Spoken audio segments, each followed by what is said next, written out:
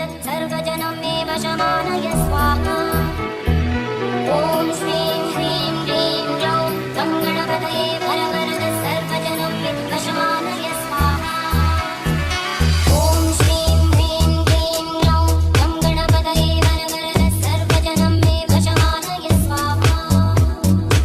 ॐ श्रीं ह्रीं क्लीं ग्लौं गं गणपतये वरवरद सर्वजनं मे वशमानय स्वाहा। ॐ श्रीं ह्रीं क्लीं ग्लौं गं गणपतये वरवरद सर्वजनं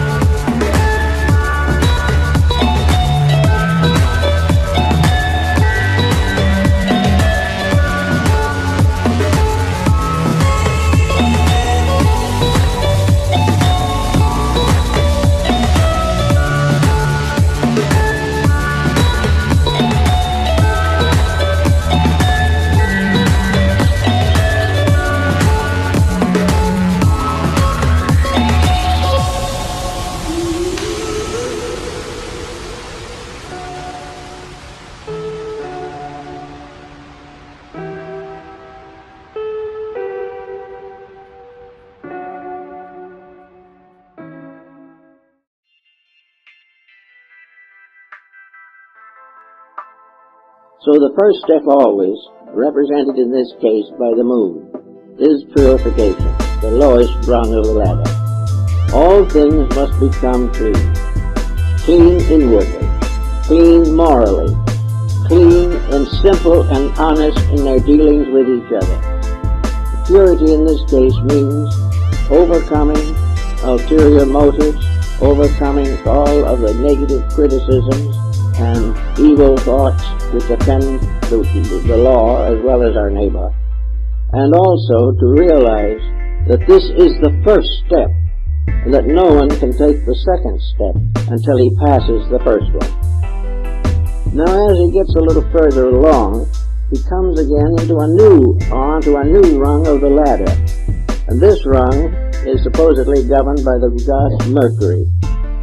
And Mercury is communication. Mercury is also intelligence. Now Mercury is not philosophy. Mercury is the training of the mind for the purpose of adjustment with circumstances and conditions. Then we come to the rulership of the third rung of the ladder, which is Venus. Now Venus is emotional maturity. It is the revelation of the emotional beauty factor. It governs affection, it governs beauty, it governs all of those impulses which arise from the sublimities of existence. It is also a sincere affair. The great keynote of Venus is sincerity, that all emotions must be true, must be real, must be right. And that takes the next rung of the ladder, and that next rung is the sun. Of course, the ancients considered the sun to be a planet. This was not true, but for their analogy of the purpose they were working with, it was suitable until other planets were discovered. And the sun, therefore, comes to be the life giver.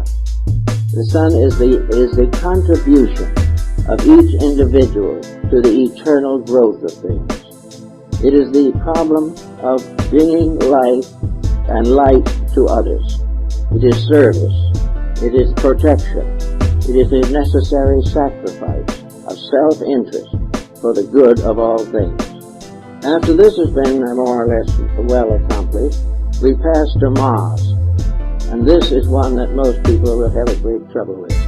It is high on the level of initiation rites, because it would be impossible to accomplish it without considerable previous growth. But Mars is competition. Mars is mutual destruction for profit. Mars is the desperate effort to overwhelm, overcome, or dominate something. Now in nations there's cause war after war, and it's one of the most destructive factors there is in human life. But most always also it is a symbol of domination in little things. Domination in a home, domination in business, domination in the community, even domination in theology.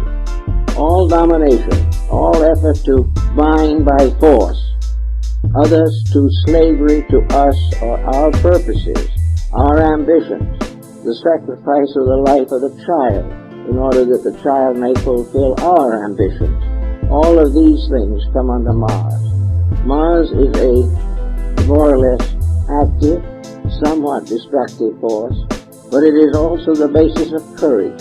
It is the basis of willingness to sacrifice self for the common good. It is sometimes the sign of the martyr, but it is always the sign constructively of the struggle for peace, the continuance of the determination to do what is right, even in the midst of great adversity. That takes us to the next problem, and that is Jupiter. Now Jupiter, of course, was the father of Zeus, was the father of the gods. Zeus has come down to us in our thinking as the symbol of great intellectual maturity. Zeus is judgment. It is also the basis of all higher philosophical dedications. Zeus is the righteous ruler, but Zeus is also a symbol of that ruler which is the part of ourselves. Jupiter, therefore, is a wisdom in which worldly wisdom has been blended with divine wisdom. And if this blending is proper and complete, then Jupiter becomes a symbol of the philosophic elect. And then comes the last, Saturn. Saturn is a symbol of a very deep composure. Saturn is the final statement of a maturity, blending inside spiritual enlightenment with material adjustments. Saturn is therefore the symbol of that balance which, when achieved, makes the individual almost indestructible. Now, if the individual has followed this line through, he then comes, as the Egyptian mystery showed, and the Eleusinian, and the Vatican Osirian mysteries, he comes into the presence of the Great One. In this sense, in Egypt, we follow very closely the story in the Apocalypse of John. For we come to the great figure walking among the candlesticks, carrying the stars. This is a symbol of that which is above these limitations. This is a release in which the individual, having step by step overcome the impediments which he has placed upon himself, or has permitted to society to place upon him through wrong education and wrong laws, that the individual comes into the presence of Osiris in Egypt, and comes into the presence of the Lord with the stars and the candlesticks. And in every religion there is some, whether it is Shanti in China, or whether it is Mahavaratana in Buddhist Japan, all of these symbols represent coming face to face with the truth. Coming face to face with the thing that is as it is. I am that I am.